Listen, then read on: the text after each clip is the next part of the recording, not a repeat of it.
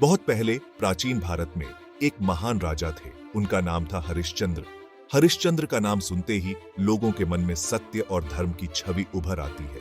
वे अयोध्या के राजा थे। अयोध्या जो अपने समय में एक समृद्ध और शक्तिशाली राज्य था, हरिश्चंद्र के शासन में और भी अधिक प्रसिद्ध हो गया। उनकी फेमसिटी दूर दूर तक फैली थी। हरिश्चंद्र का नाम सुनते ही लोग उनकी न्यायप्रियता और सत्यनिष्ठा की कहानियां सुनाने लगते थे। लोग उन्हें न्यायप्रिय और बहुत रिलीजियस मानते थे। वे हमेशा धर्म और सत्य के मार्ग पर चलते थे और अपने राज्य में न्याय और शांति बनाए रखते थे। हरिश्चंद्र सत्य को सबसे बड़ा धर्म मानते थे। उनके लिए सत्य ही सबसे बड़ा आदर्श था और वे इसे अपने जीवन का मूल मंत्र मानते थे। वे कभी झूठ नहीं बोलते थे। उनके लिए सत्य का पालन करना सबसे महत्वपूर्ण था, चाहे इसके लिए उन्हें कितनी भी कठिनाइयों का सामना क्यों न करना पड़े। उन्होंने सत्य का पालन करने का प्रॉमिस किया था। ये वादा उन्होंने न केवल अपने लिए बल्कि अपने राज्य और प्रजा के लिए भी किया था। राजा हरिश्चंद्र अपनी प्रजा का बहुत ध्यान रखते थे। वे हमेशा अपने लोगों की भलाई के लिए काम करते थे और उनकी समस्याओं को हल करने का प्रयास करते थे। वे गरीबों की हेल्प करते थे। हरिश्चंद्र ने अपने राज्य में किसी को भी भूखा या बेसहारा नहीं रहने दिया। अपने राज्य में न्याय और पीस बनाए रखते थे। उनके शासन में हर कोई सुरक्षित और खुशहाल महसूस करता था। उनकी वाइफ का नाम तारामती था। तारामती भी अपने पति की तरह धर्म और सत्य की अनुयायी थी। उनका एक सन था, नाम था रोहित। रोहित भी अपने माता पिता की तरह सत्य और धर्म के मार्ग पर चलने वाला था। राजा हरिश्चंद्र अपने परिवार से बहुत प्यार करते थे। वे अपने परिवार के साथ समय बिताना पसंद करते थे और उनकी खुशियों का ख्याल रखते थे। लेकिन वे सत्य और धर्म को सबसे ऊपर रखते थे। उनके लिए सत्य और धर्म से बढ़कर कुछ भी नहीं था। हरिश्चंद्र की ऑनेस्टी की कहानियां दूर दूर तक फैल गई थीं। लोग उनकी सत्यनिष्ठा और न्यायप्रियता की कहानियां सुनकर प्रेरित होते थे। लोग उनकी बहुत तारीफ करते थे। हरिश्चंद्र की सत्यनिष्ठा और न्यायप्रियता की कहानियां सुनकर लोग उनकी प्रशंसा करते नहीं थकते थे। स्वर्ग में देवता भी उनकी प्रशंसा करते थे। देवताओं के बीच भी हरिश्चंद्र की सत्यनिष्ठा की कहानियां प्रसिद्ध थीं। एक बार देवराज इंद्र ने कहा, पृथ्वी पर हरिश्चंद्र जैसा सच्चा इंसान कोई नहीं है। इंद्र की यह बात सुनकर सभी देवता हरिश्चंद्र की प्रशंसा करने लगे। यह सुनकर महर्षि विश्वामित्र को डाउट हुआ। उन्होंने सोचा कि क्या सच में हरिश्चंद्र इतना सच्चा और धर्मनिष्ठ है। उन्होंने हरिश्चंद्र की परीक्षा लेने का डिसाइड किया। विश्वामित्र ने हरिश्चंद्र की सत्यनिष्ठा की परीक्षा लेने के लिए कई कठिनाइयां उत्पन्न की। हरिश्चंद्र अपने जीवन में कई मुश्किल चैलेंजेस से गुजरे। उन्होंने अपने सत्य और धर्म के मार्ग पर चलते हुए कई कठिनाइयों का सामना किया, लेकिन उन्होंने हर बार सत्य का साथ दिया।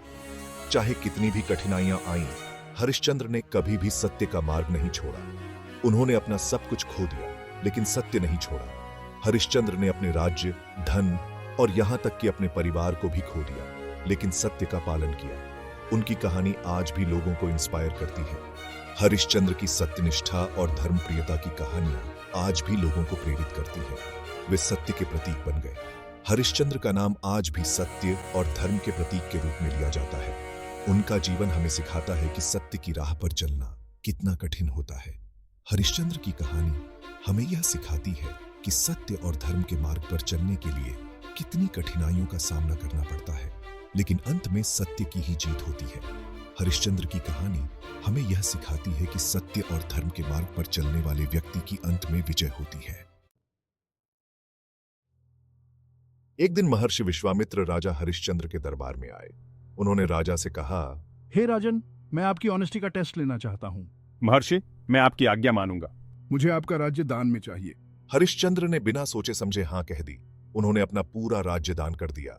राजन, राज्य दान देने के लिए दक्षिणा भी देनी होगी। महर्षि, मेरे पास अब कुछ नहीं बचा है। मैं क्या दक्षिणा दूं? अपने आप को, अपनी वाइफ और अपने सन को बेचकर दक्षिणा दो। यह सुनकर राजा शॉक्ड रह गए, लेकिन उन्होंने अपना वचन निभाने का डिसाइड किया। हरिश्चंद्र ने अपनी पत्नी तारामती और पुत्र रोहित से बात की। प्रिय, हमें अपना प्रॉमिस निभाना होगा। हम सबको अपने आप को बेचना होगा। स्वामी, आप जो कहेंगे वही करेंगे। रोहित भी पिता की आज्ञा मानने को तैयार हो गया। राजा परिवार को छोड़कर बहुत दुखी थे, लेकिन उन्होंने अपने मन को स्ट्रांग किया। राजा हरिश्चंद्र ने अपने परिवार के साथ महल छोड़ दिया। वे सब साधारण कपड़े पहनकर शहर से बाहर चले गए। विश्वामित्र उनके पीछे पीछे चल रहे थे। मैं किसी का नौकर बनूंगा। तारामती और रोहित को भी किसी के यहां बेच दूंगा। उनके मन में बहुत तकलीफ थी, लेकिन वे अपने सत्य के मार्ग से नहीं हटे। राजा हरिश्चंद्र अपने परिवार के साथ काशी शहर पहुंचे। काशी, जो अपने धार्मिक और सांस्कृतिक महत्व के लिए प्रसिद्ध थी, अब उनके जीवन का नया अध्याय बनने जा रही थी। वहां उन्होंने अपने आप को बेचने की कोशिश की। यह निर्णय उनके लिए बहुत कठिन था, लेकिन उन्होंने अपने परिवार की भलाई के लिए यह कदम उठाया। एक ब्राह्मण ने उन्हें खरीद लिया। यह ब्राह्मण एक धनी व्यक्ति था, जो अपने घर के कामों के लिए नौकरों की तलाश में था। तुम मेरे यहाँ नौकर बनकर रहोगे। तुम्हें मेरे घर के सभी काम करने होंगे और मेरे आदेशों का पालन करना होगा। हरिश्चंद्र ने क्वाइटली मान लिया। उन्होंने अपने भाग्य को स्वीकार कर लिया और अपने नए जीवन की शुरुआत की। अब वे एक साधारण नौकर बन गए थे। उन्हें घर के सभी छोटे बड़े काम करने पड़ते थे। उन्हें कठिन काम करना पड़ता था। दिन रात मेहनत करने के बावजूद उन्होंने कभी हार नहीं मानी, लेकिन वे अपने काम को ईमानदारी से करते थे। उनकी निष्ठा और समर्पण ने उन्हें सभी के बीच सम्मान दिलाया। तारामती और रोहित को एक दूसरा आदमी खरीद लिया। यह आदमी भी एक धनी व्यापारी था, जो अपने घर के कामों के लिए नौकरों की तलाश में था। वे भी नौकर बन गए। उनके लिए यह नया जीवन बहुत कठिन था, लेकिन उन्होंने इसे स्वीकार कर लिया। तारामती को घर का काम करना पड़ता था। उसे घर की सफाई, खाना बनाना और अन्य घरेलू काम करने पड़ते थे। रोहित को खेतों में काम करना पड़ता था। उसे फसल की देखभाल, पानी देना और अन्य कृषि कार्य करने पड़ते थे। वे अपने हस्बैंड और पिता से अलग हो गए थे। यह अलगाव उनके लिए बहुत पीड़ादायक था।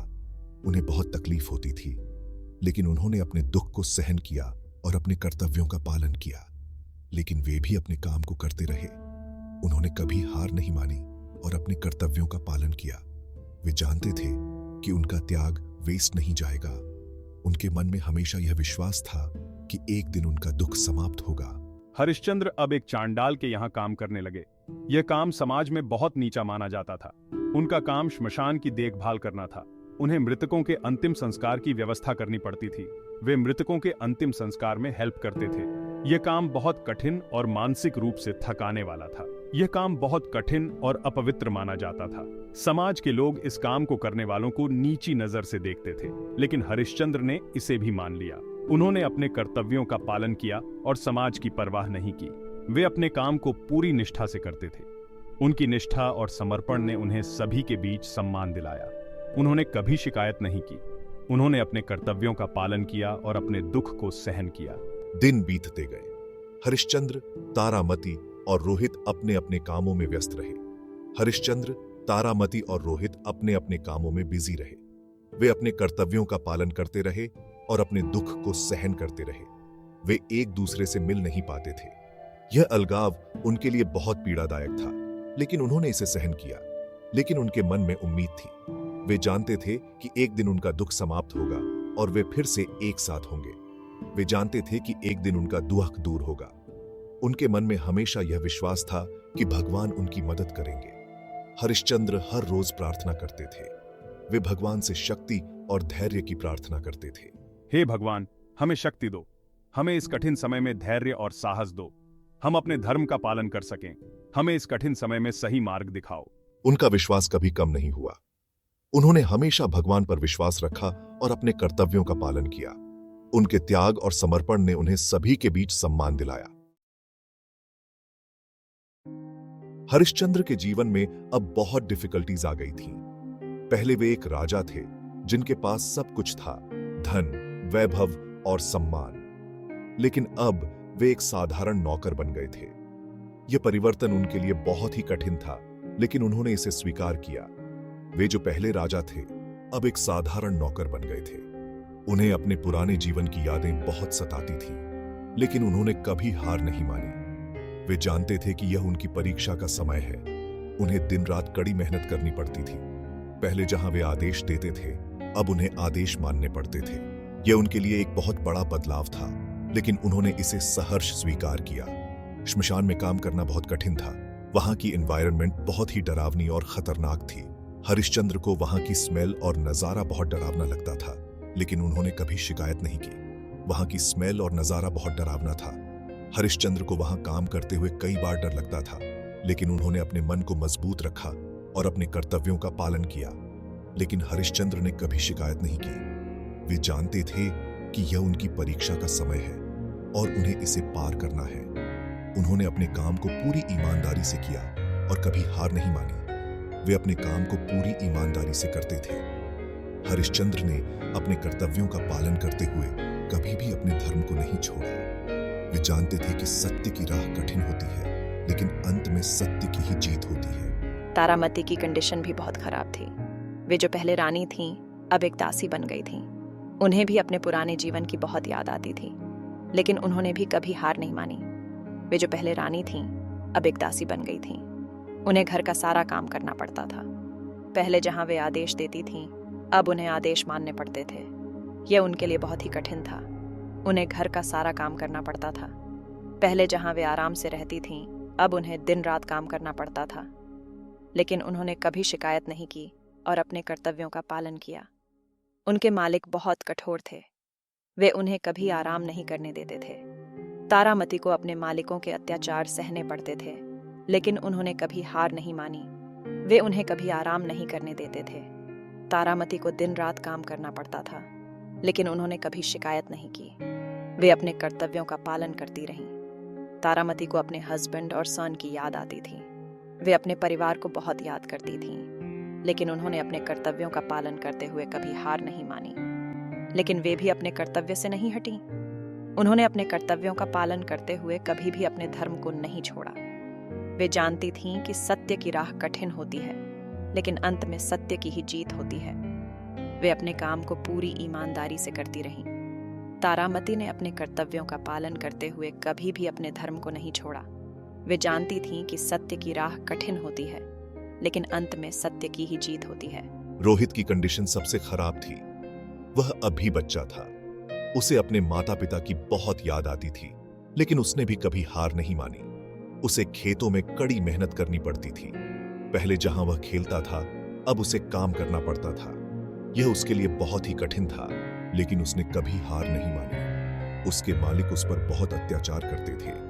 रोहित को अपने मालिकों के अत्याचार सहने पड़ते थे, लेकिन उसने कभी हार नहीं मानी। रोहित को अपने माता पिता की बहुत याद आती थी। वह अपने परिवार को बहुत याद करता था, लेकिन उसने अपने कर्तव्यों का पालन करते हुए कभी हार नहीं मानी। वह अकेला और हेल्पलेस महसूस करता था। रोहित को अपने परिवार की बहुत याद आती थी, लेकिन उसने अपने कर्तव्यों का पालन करते हुए कभी हार नहीं मानी। लेकिन उसने भी हिम्मत नहीं हारी। रोहित ने अपने कर्तव्यों का पालन करते हुए कभी हार नहीं मानी। वह जानता था कि सत्य की राह कठिन होती है, लेकिन अंत में सत्य की ही जीत होती है। वह अपने काम को पूरी लगन से करता रहा। रोहित ने अपने कर्तव्यों का पालन करते हुए कभी हार नहीं मानी। वह जानता था कि सत्य की राह कठिन होती है, लेकिन अंत में सत्य की ही जीत होती है। इस तरह हरिश्चंद्र, तारामती और रोहित ने कई महीने बिताए। उन्होंने अपने कर्तव्यों का पालन करते हुए कभी हार नहीं मानी। वे जानते थे कि सत्य की राह कठिन होती है, लेकिन अंत में सत्य की ही जीत होती है। उन्हें बहुत कष्ट झेलना पड़ा। हरिश्चंद्र, तारामती और रोहित ने अपने कर्तव्यों का पालन करते हुए कभी हार नहीं मानी। वे जानते थे कि सत्य की राह कठिन होती है, लेकिन अंत में सत्य की ही जीत होती है। लेकिन उन्होंने कभी अपने धर्म को नहीं छोड़ा। हरिश्चंद्र, तारामती और रोहित ने अपने कर्तव्यों का पालन करते हुए कभी हार नहीं मानी। वे जानते थे कि सत्य की राह कठिन होती है, लेकिन अंत में सत्य की ही जीत होती है। वे जानते थे कि सत्य की राह कठिन होती है। हरिश्चंद्र, तारामती और रोहित ने अपने कर्तव्यों का पालन करते हुए कभी हार नहीं मानी। वे जानते थे कि सत्य की राह कठिन होती है, लेकिन अंत में सत्य की ही जीत होती है। लेकिन वे यह भी जानते थे कि अंत में सत्य की ही जीत होती है। हरिश्चंद्र, तारामती और रोहित ने अपने कर्तव्यों का पालन करते हुए कभी हार नहीं मानी। वे जानते थे कि सत्य की राह कठिन होती है, लेकिन अंत में सत्य की ही जीत होती है। उन्होंने अपने मन को मजबूत रखा। हरिश्चंद्र, तारामती और रोहित ने अपने कर्तव्यों का पालन करते हुए कभी हार नहीं मानी। वे जानते थे कि सत्य की राह कठिन होती है, लेकिन अंत में सत्य की ही जीत होती है। वे अपनी परीक्षा में पास होने के लिए तैयार थे। हरिश्चंद्र, तारामती और रोहित ने अपने कर्तव्यों का पालन करते हुए कभी हार नहीं मानी। वे जानते थे कि सत्य की राह कठिन होती है, लेकिन अंत में सत्य की ही जीत होती है। एक दिन रोहित खेत में काम कर रहा था। अचानक एक सांप ने उसे काट लिया। रोहित चिल्लाते हुए जमीन पर गिर पड़ा। उसके साथी उसे लेकर शहर की ओर दौड़े। वे उसे बचाना चाहते थे, लेकिन रास्ते में ही रोहित मर गया। No specific lines provided in the outline for Rohita's dialogue.